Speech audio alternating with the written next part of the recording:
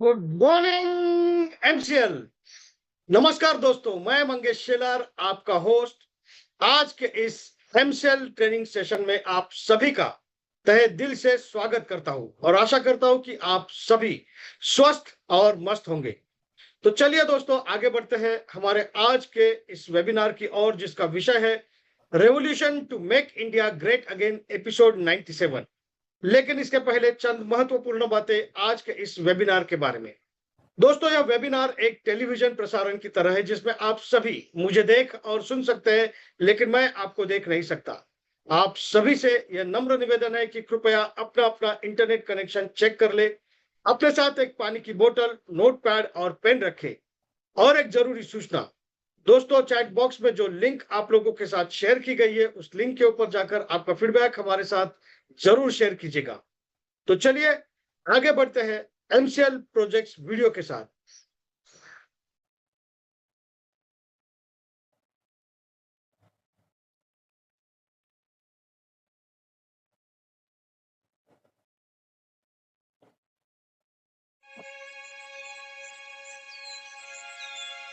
प्रकृति हमारे जीवन का मूल है।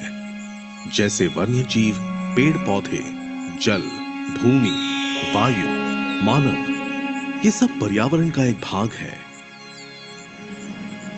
वैसे ही मैं भी पर्यावरण का एक हिस्सा हूं। कुदरत के वरदान से बना हुआ एक मानवीय आविष्कार हूं। मैं एम कोल हूं, जो पर्यावरण का समतोल बनाए रखने में मदद करता है। एक कोयला पर्यावरण का समतोल कैसे बना सकता है? कोयला स्वास्थ्य समस्याएं पैदा करता है। कोयला वायु प्रदूषण का कारण बनता है। कोयला प्राकृतिक आवास को नष्ट करता है। फिर कोयला समतोल कैसे बनाएगा? आपके इस सवाल का जवाब मेरे निर्माण के सफर में छुपा हुआ है।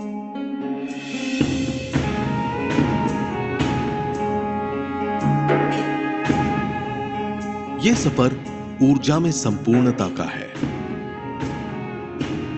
किसानों में सशक्तिकरण का है, गांव में रोजगार निर्मित का है, देश की आर्थिक उन्नति का है। यह सफर पर्यावरण की रक्षा का है। मेरा यह सफर जैविक खेती से शुरू होता है। नेपियर घास मेरे उत्पादन का सबसे महत्वपूर्ण हिस्सा है।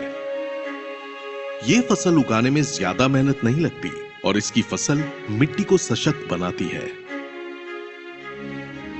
फसल पूरी तरह से तैयार होने के बाद उसे नैसर्गिक तरीके से सुखाया जाता है। सुखाने के बाद उसके अंदर पानी की मात्रा और कम करने के लिए घास को छोटे छोटे हिस्सों में काटकर भट्टी की गर्म भाप से गुजारना पड़ता है।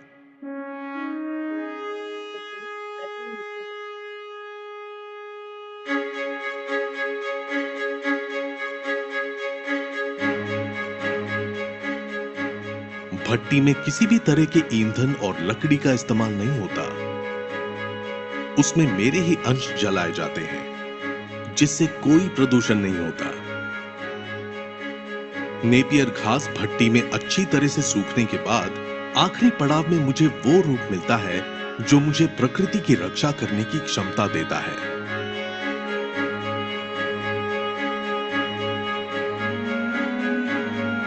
मैं अपने आप पर गर्व महसूस करता हूं कि मैं एक सामान्य कोयला और लकड़ी से बेहतर जलकर कम से कम राख उत्पन्न करता हूं,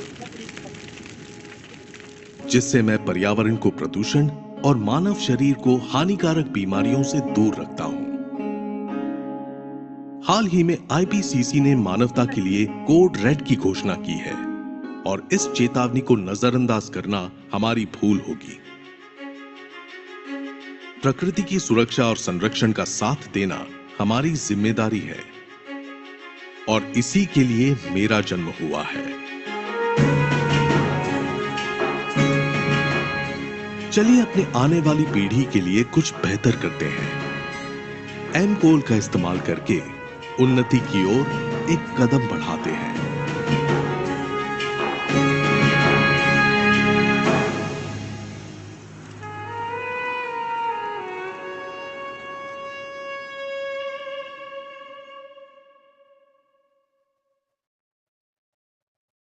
दोस्तों, अब मैं एमसेल विजन, मिशन और कोर वैल्यूज पढ़ूंगा। आप सभी से ये दरख्वास्त है कि आप इसे मेरे साथ दोहराएं, जिसके लिए आप सभी के सामने एक स्क्रीन शेयर की जाएगी। तो चलिए दोस्तों, आगे बढ़ते हैं और पढ़ते हैं एमसीएल के लिए शपथ।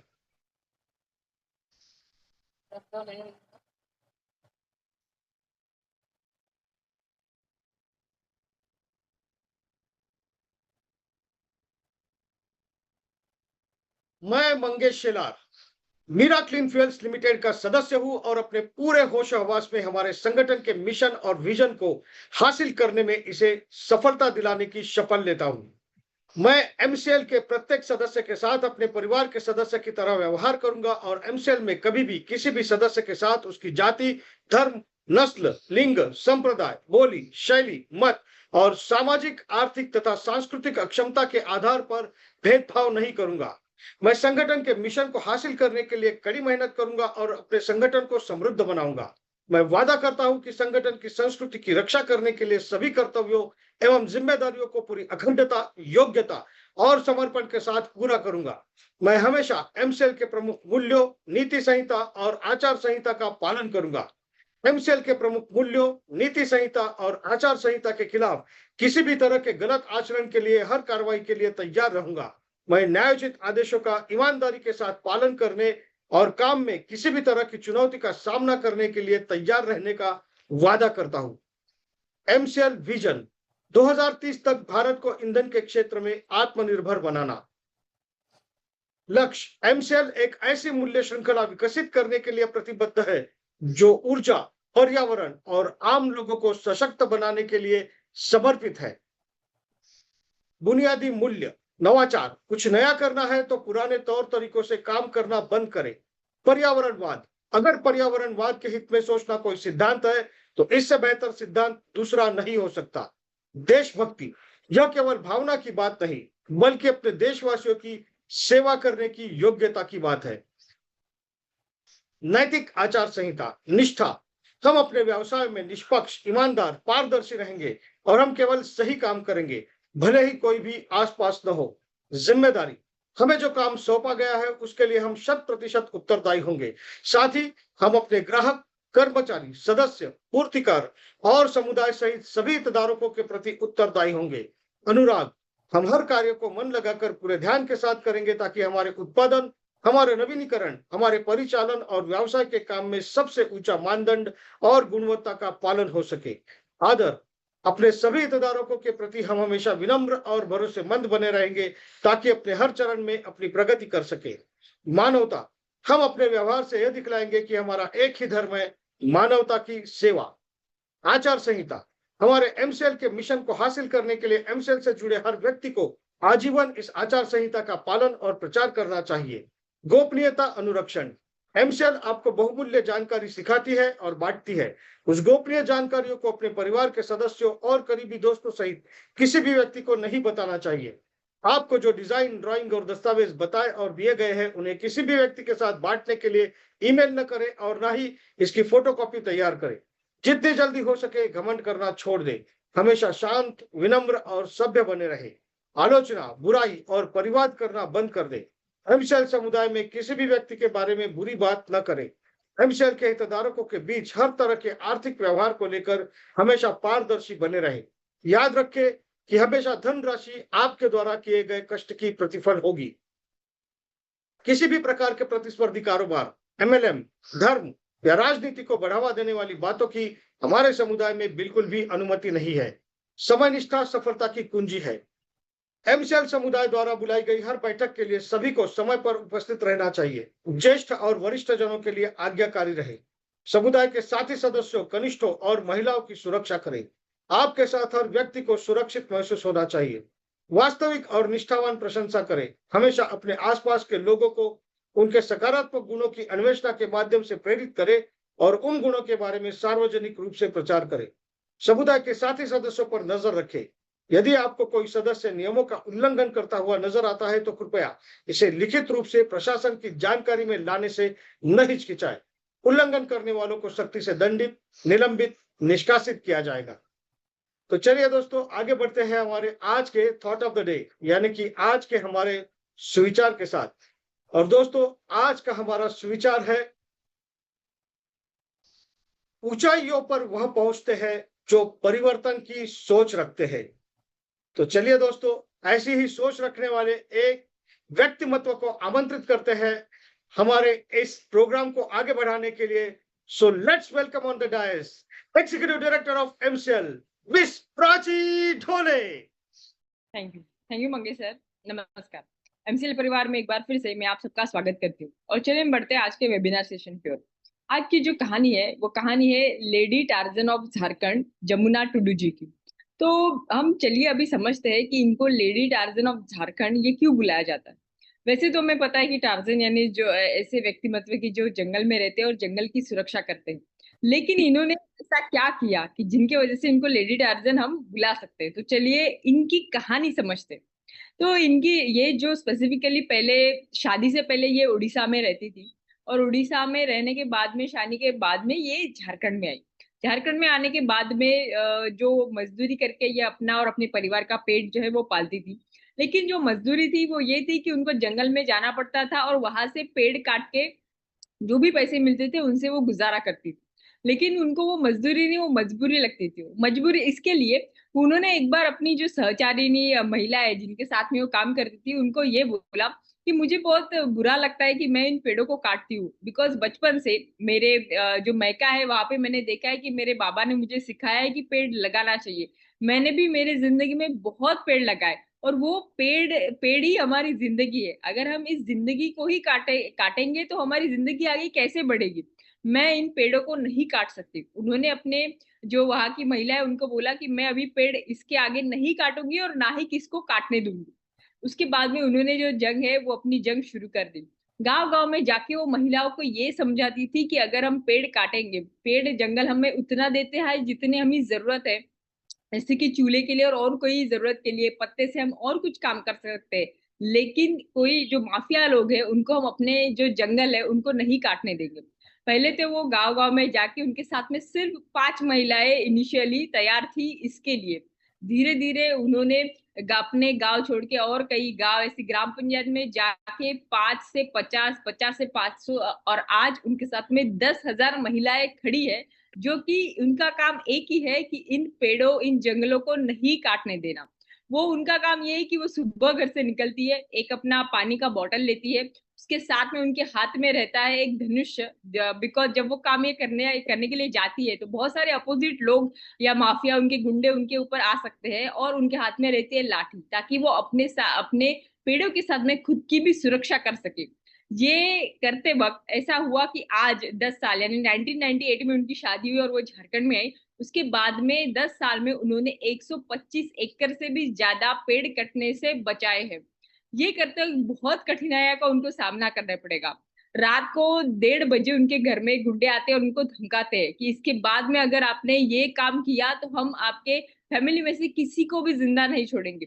फिर भी वो अपने काम पे नेक्स्ट दिन सुबह गई और उन्होंने वही काम किया जिसके लिए वो पैदा हुई थी, उनको ऐसा लगता है। इसके बाद में हमेशा उनको ये पता था कि ये जो पेड़ पौधे मतलब जो काट के लेके जाते हैं वो ट्रेन से लेके जाते हैं और उसकी तस्करी होती है। तो एक बार वो अपने महिलाओं के साथ में स्टेशन मास्टर को ये बताने जा रही थी, तब उनके पास में बहुत बड़ी पत्थर फेंक हुई जिसमें उनकी जान भी जा सकती थी, इतना उनका खून बहा। लेकिन फिर से नेक्स्ट दिन वो अपने काम पे गई। गांव वालों ने उनको कई बार कहा कि ये तो आप अपने फायदे के लिए कर रहे हो, इसमें हमारा फायदा क्या है। लेकिन वो आज भी उनको वही समझाती है कि ये फायदा सिर्फ हमारे पर्यावरण का है। आज पूरे जागतिक लेवल पे पर्यावरण के लिए लोग लड़ रहे हैं, अगर हम नहीं लड़े तो हमारी भी जिंदगी नहीं बचेगी। यूनाइटेड नेशंस ने उनके जो काम है उनको सहारा है और उसके बाद में उनको भारत सरकार ने भी पद्मश्री अवार्ड देके नवाजा है। आज पूरी झारखंड सरकार उनके साथ में खड़ी हुई है। उनको जब ये पूछते हैं कि ये ताकत आपको कहाँ से आती है तो उनका यही बोलना है कि जिंदगी में बहुत कठिनाइयां आएगी, लेकिन अगर आपको पता है कि आप कोई नेक काम कर रहे हो, अच्छा काम कर रहे हो, तो यही आपकी ताकत बनेगी। आज हम समझते हैं कि एक झारखंड राज्य में उन्होंने 10,000 महिलाएं तैयार की है। सोचिए एमसीएल ने जो एमसीएल के तालुका है हर एक तालुका में 10,000 लोगों की एक फौज तैयार की है जो कि पर्यावरण के लिए काम करेगी। तो हर आने वाले सालों में हम कैसा काम करेंगे ये आप समझ सकते हैं। तो चलिए इसी के साथ में बुलाते हैं ऐसे इंसान को जिनका कितनी भी कठिनाई आए तो आप सभी लोग जो एमसीएल के साथ में खड़े हो, यही हमारी ताकत है। ऐसे हमारे एमसीएल के MD and CEO doctor Shyam Golap. Thank you.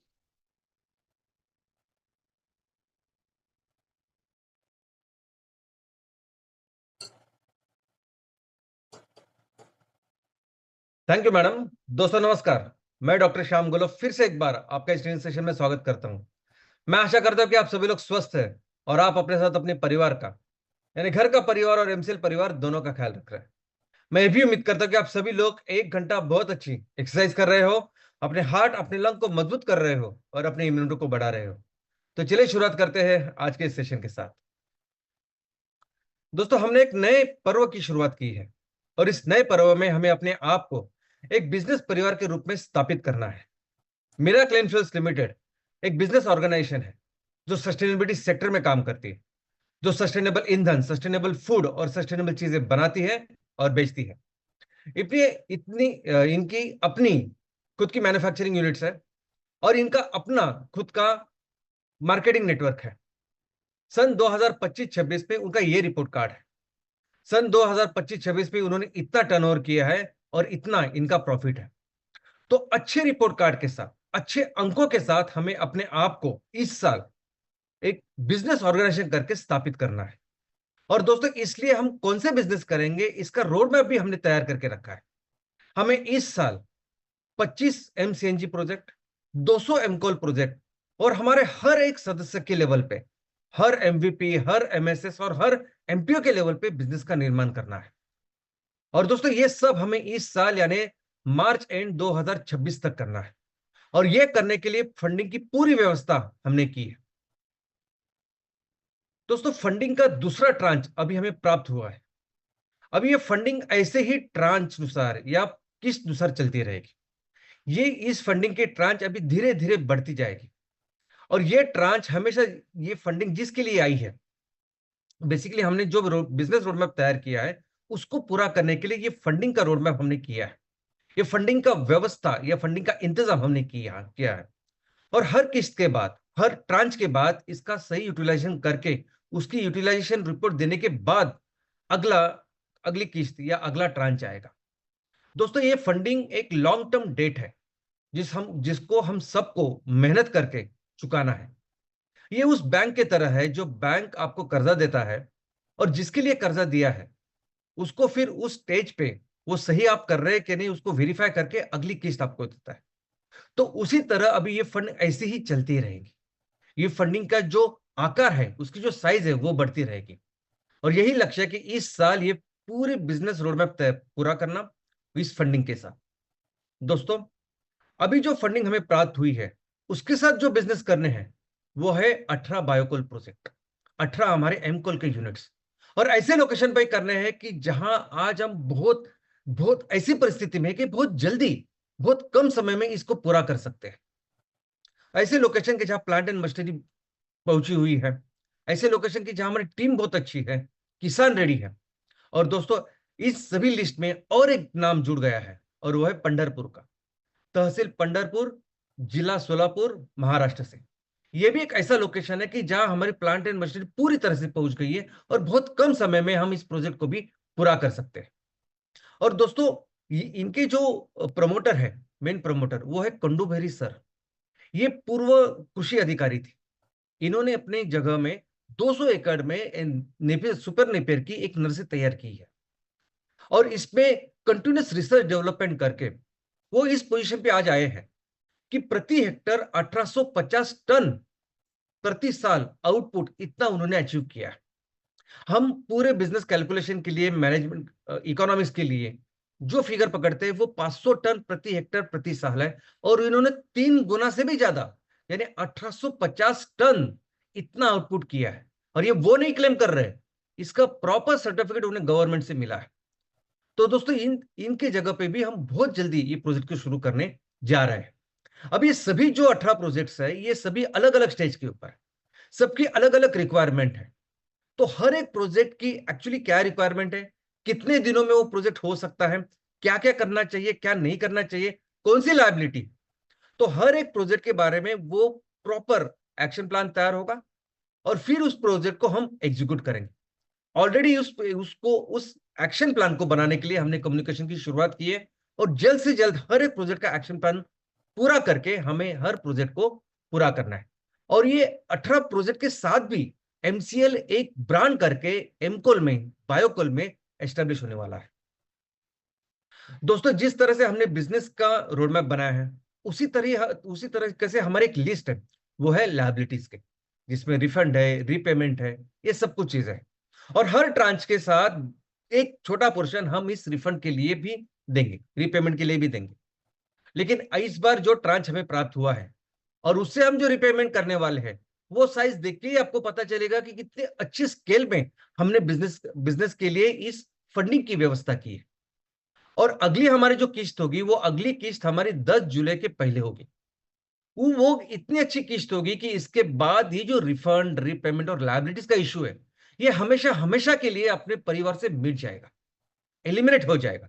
और इसके बाद सिर्फ हम सभी लोग मिलकर एक ही चीज के ऊपर फोकस करेंगे और वो होगा बिजनेस।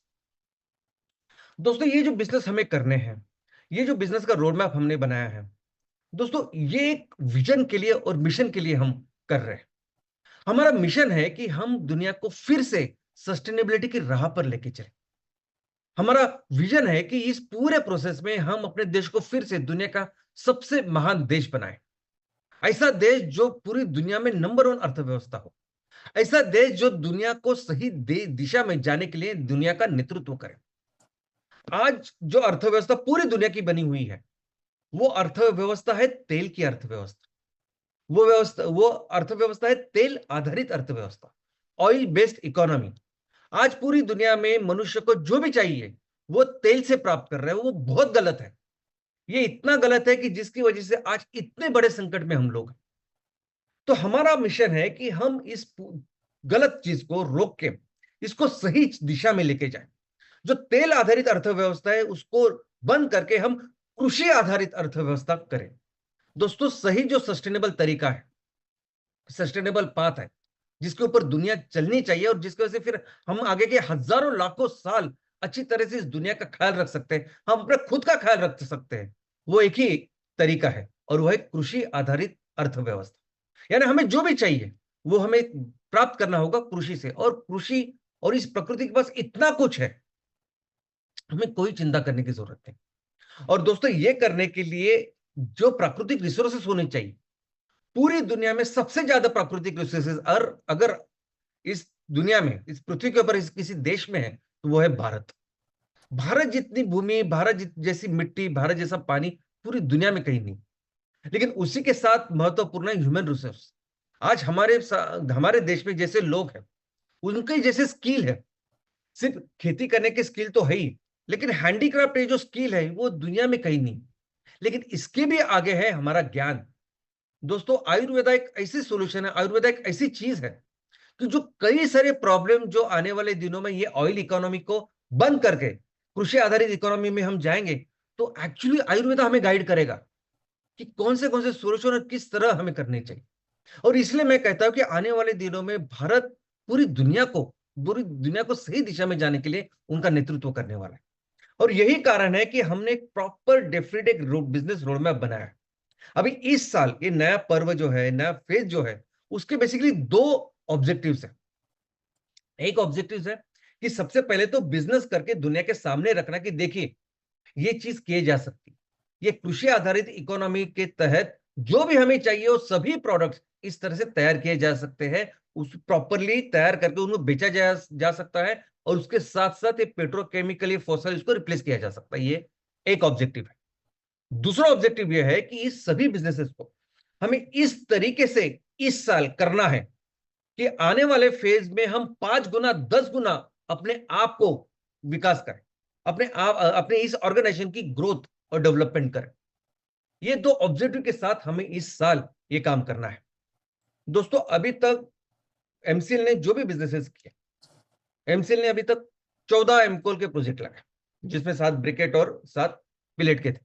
लेकिन ये प्रोजेक्ट लगाते समय हमने कोई रूल्स रेगुलेशन नहीं रखा था, हमने कोई भी इसके कोई रेस्ट्रिक्शन नहीं रखा था, पूरी छूट दी थी वहां के उद्योजकों को। और इसका ये इसके पीछे भी एक सोच थी, एक लॉजिक था, एक कारण था। और एक कारण ये था कि ये एक नया सेक्टर हम डेवलप कर रहे हैं। सस्टेनेबिलिटी सेक्टर एक ऐसा सेक्टर है कि जो पहली बार इतनी इतनी स्केल में कोई कंपनी या कोई संस्था डेवलप कर रही है। तो बहुत सारे चैलेंजेस आएंगे, बहुत सारी नई नई चीजें होगी, प्रॉब्लम्स आएंगे। ऐसे चैलेंजेस, ऐसे प्रॉब्लम्स को आप सॉल्व कीजिए, आप समझिए, आप पढ़िए, आप कुछ ज्यादा जानकारी लीजिए और अपने ज्ञान के साथ इस प्रॉब्लम को सॉल्व कीजिए और उस प्रोसेस में एक बेहतर एंटरप्रेन्योर बनाए। दोस्तों, एंटरप्रेन्योर सबसे बढ़िया वही होता है जो सबसे ज्यादा प्रॉब्लम सॉल्व करता है, जो प्रॉब्लम्स को अपॉर्चुनिटीज में कन्वर्ट करता है, जो आपदा को अवसर में कन्वर्ट करता है, वही होता है एंटरप्रेन्योर। और अगर आप ऐसा करते हो तो वो एक बहुत बेहतर ऐसे एंटरप्रेन्योर बनते हो। इनफैक्ट बिजनेस की ये जो व्याख्या है, बिजनेस क्या है? बिजनेस यानी प्रॉब्लम का सोल्यूशन। बिजनेस का मतलब है कि आप ऐसा कोई प्रोडक्ट, वस्तु या सेवा का निर्माण करते हो जिसके साथ आप लोगों का, ग्राहकों का कोई प्रॉब्लम सॉल्व करते हो और उसकी लाइफ बेहतर करते हो, वही तो है बिजनेस। तो अगर इस ट्रेनिंग में आप बेहतर होते हो तो एक बेहतर बिजनेसमैन, बेहतर एंटरप्रेन्योर करके उभरते हो। लेकिन पिछले 1.5 साल में, 1.5-2 साल में जो कुछ चल रहा है हमारे फैमिली में, जो कुछ डिस्टर्बेंस चल रहे हैं, उसकी वजह से हम ये पूरी तरह से अच्छी तरह से कर नहीं पाए। लेकिन दोस्तों, फिर भी एक सटीक एग्जाम्पल हमने तैयार करके हमारे सामने तैयार हुआ है और वो एग्जाम्पल है लाडनून का। लाडनून तहसील, जिला नागौर, राजस्थान का। और वो उद्योजक है सुरेश बगरवाल सर। दोस्तों देखिए, हमने जो 14 प्रोजेक्ट लगाए उसमें से पहले 7 ब्रिकेट के प्रोजेक्ट थे और दूसरे जो 7 थे वो पिलेट के प्रोजेक्ट। पूरी दुनिया में एमसीएल एकमात्र ऐसी ऑर्गेनाइजेशन है कि जिसने बायोकोल को इस तरह से इतने बड़े स्केल में, इतने सारे फैक्ट्रीज के साथ शुरुआत की। कभी किसी ने नहीं किया। हाँ, लेकिन उसके पहले बायोमास ब्रिकेट लोग बनाते थे। ऐसी फैक्ट्री होती थी जो साल में सिर्फ 3 से 4 महीना चलती थी, जो हमारी फसल काटने के बाद जो वेस्ट रहता था, जो कचरा रहता था, उससे वो ब्रिकेट बनाते थे। आज ये कचरा मिला, कल वो कचरा मिला, और उस बड़े बड़े ब्रिकेट में कई सारी बहुत बहुत बार उसमें मिट्टी होती थी। और यही कारण था कि ब्रिकेट का उपयोग करें। ऐसा ऐसा कंपल्सन होने के बावजूद, ऐसी गवर्नमेंट की पॉलिसी होने के बावजूद, बड़ी बड़ी कंपनीज, स्टील की कंपनी, सीमेंट की company, even thermal power plants, ये इस ब्रिकेट्स को नहीं लेती थी। इसका कारण था कि इस ब्रिकेट की बिल्कुल ये ब्रिकेट जिसमें मिट्टी होती थी, जिसमें बहुत सारे प्रॉब्लम्स होते थे, वो वहां की प्लांट एंड मशीनरी को डैमेज करते थे। तो ऐसी परिस्थिति में एमसीएल पहली ऐसी कंपनी थी कि जिसने पहले तो रॉ मटेरियल को एस्टेब्लिश किया। पूरे साल भर आपको रॉ मटेरियल मिलेगा, इसका ख्याल रखा। और दूसरा, प्रोडक्ट के स्पेसिफिकेशन, प्रोडक्ट को एस्टेब्लिश किया। लेकिन जब इसकी कहानी की शुरुआत हुई, सुरेश बगरवाल साहब वो थे, उनके तहसील में उन्होंने सबसे डिफिकल्ट प्रोडक्ट के साथ, यानी ब्रिकेट के साथ शुरुआत की। और उस टाइम जो टेक्नोलॉजी अवेलेबल थी, जो प्लांट एंड मशीनरी अवेलेबल थी, उसके साथ हमने शुरुआत की। तो बहुत ही क्रूड ऐसे प्लांट एंड मशीनरी, बहुत क्रूड ऐसे टेक्नोलॉजी के साथ उन्होंने शुरुआत की। लेकिन इस पूरे परिस्थिति, उसके बाद कितनी सारी कठिनाइयां, चैलेंजेस, प्रॉब्लम्स है। हर चैलेंजेस, हर प्रॉब्लम में उन्होंने उसपे सॉल्यूशंस निकाले, लेकिन वो करते रहे।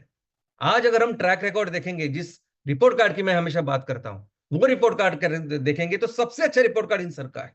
और वो इसीलिए कि भले ही एमसीएल डिस्टर्बेंस में था, कोई उनको वैसे हेल्प करने के लिए कोई नहीं था, लेकिन फिर भी अपने आप मेहनत करके, अपने आप इस प्रॉब्लम्स के सॉल्यूशन के ऊपर काम करके उन्होंने इस प्लान को चलाया।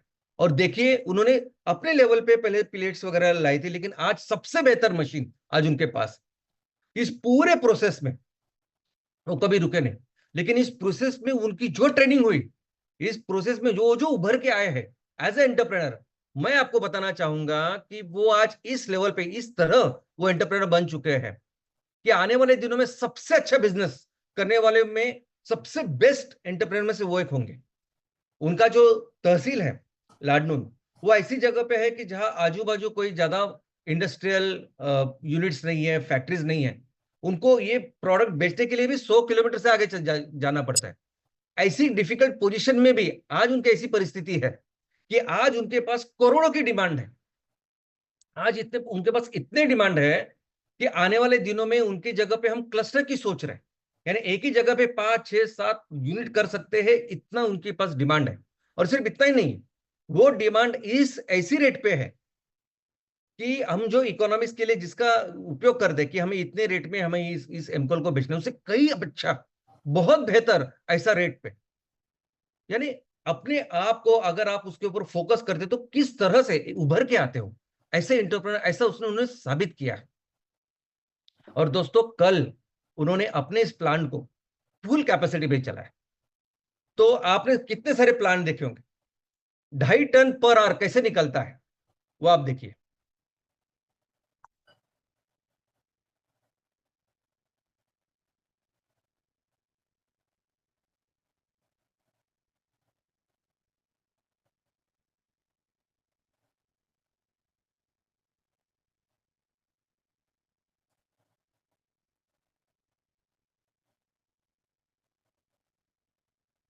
और ये कंटिन्यूस अपग्रेडेशन रहेगा।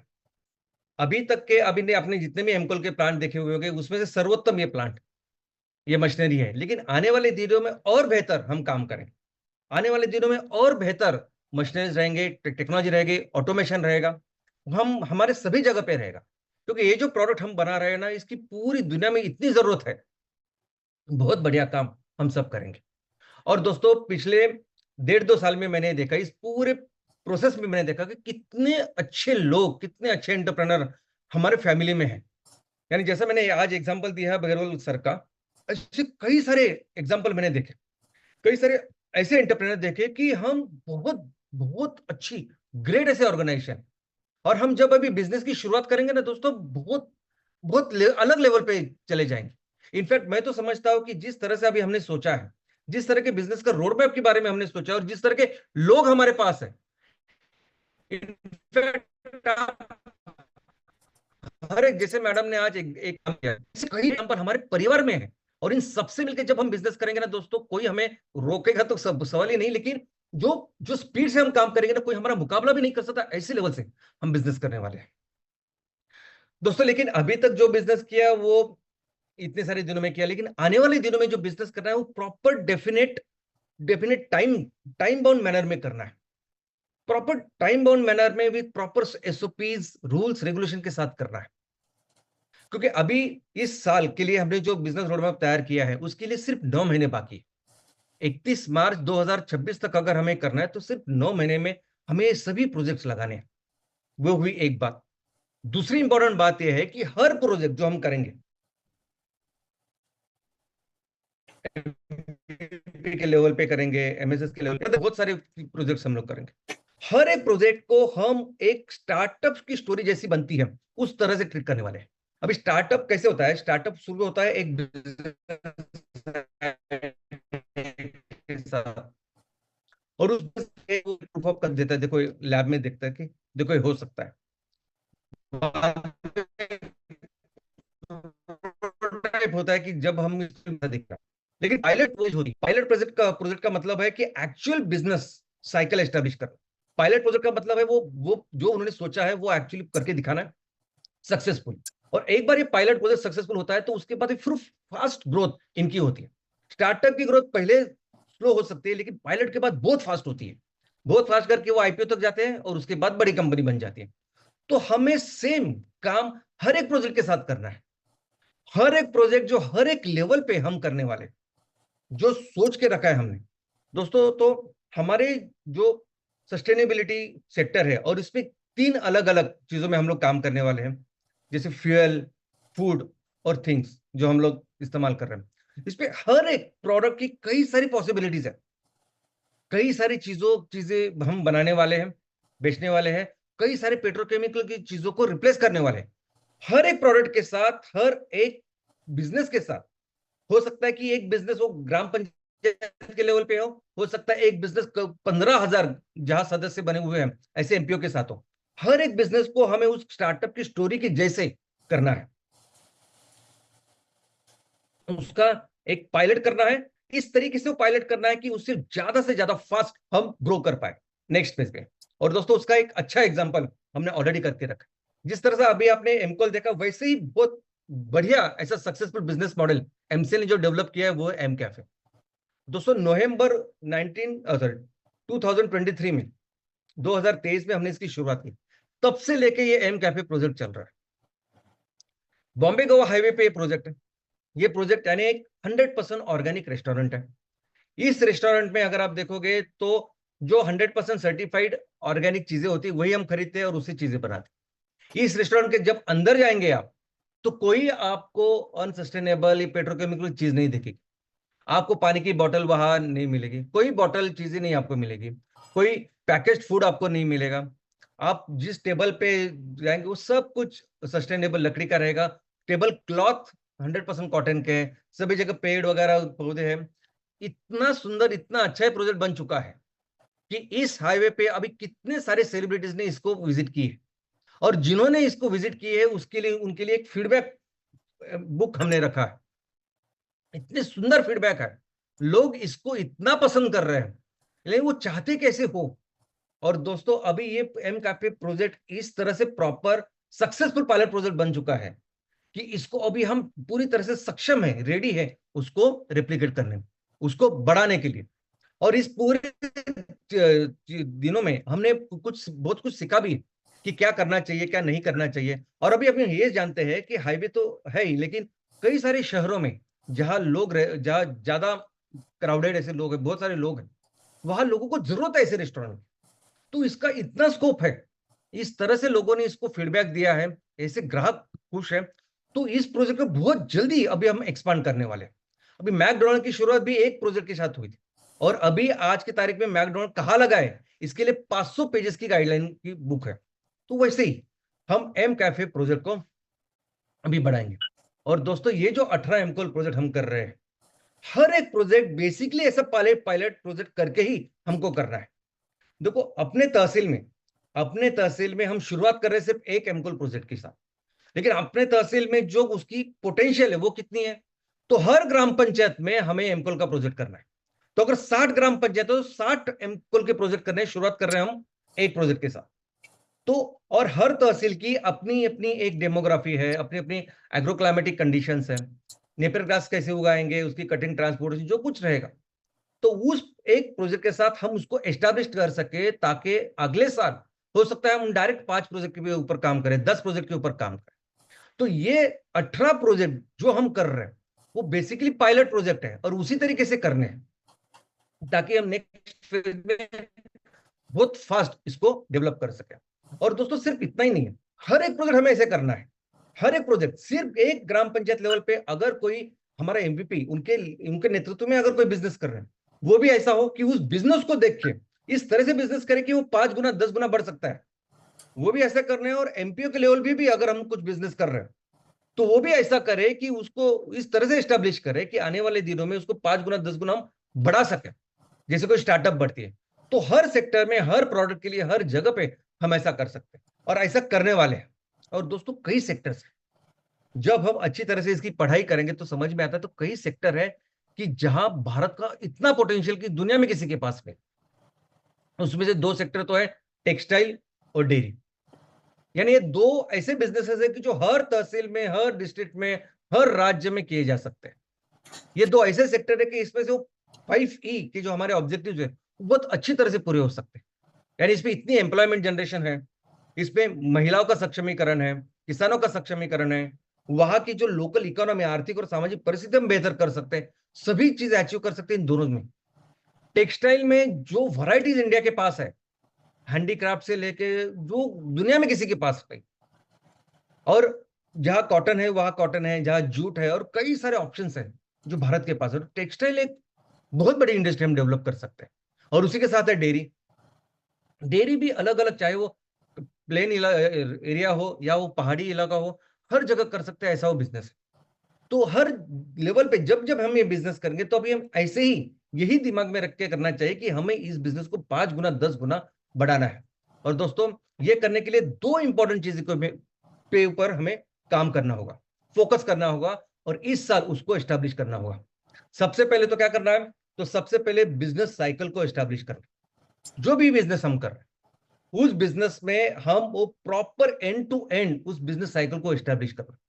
यानी ये प्रोडक्ट हम तैयार करना चाहते हैं, उसके लिए रॉ मटेरियल यहां से आएगा, ये तैयार होगा, इसकी प्री प्रोसेसिंग होगी या जो भी उसका लॉजिस्टिक होगा, ट्रांसपोर्टेशन होगा, जो कुछ है वो। उसके बाद मैन्युफैक्चरिंग इस तरीके से करेंगे, उसकी पैकेजिंग इस तरीके से करेंगे, इस तरीके से इस प्रोडक्ट को कस्टमर ग्राहक के लिए मार्केट करेंगे या पहुंचाएंगे, बताएंगे, और उसके साथ साथ प्रोडक्ट के साथ साथ ग्राहकों को इस तरह से हम सर्विस देंगे, आफ्टर सेल सर्विस देंगे। तो एंड टू एंड जो पूरा साइकिल हमें एस्टेब्लिश करनी, वो दिखानी पड़ेगी हमें हर बिजनेस के लेवल पे। और दूसरी इंपॉर्टेंट चीज है वो हमारा रिपोर्ट कार्ड, इकोनॉमिक्स।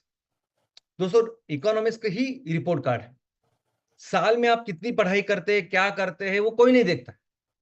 साल के एंड में, आखिर में आपने कितनी पढ़ाई की वो दिखाई देता है मार्कशीट में, उस रिजल्ट में। आप पास हुए या फेल हुए वो दिखाई देता है उस रिजल्ट में।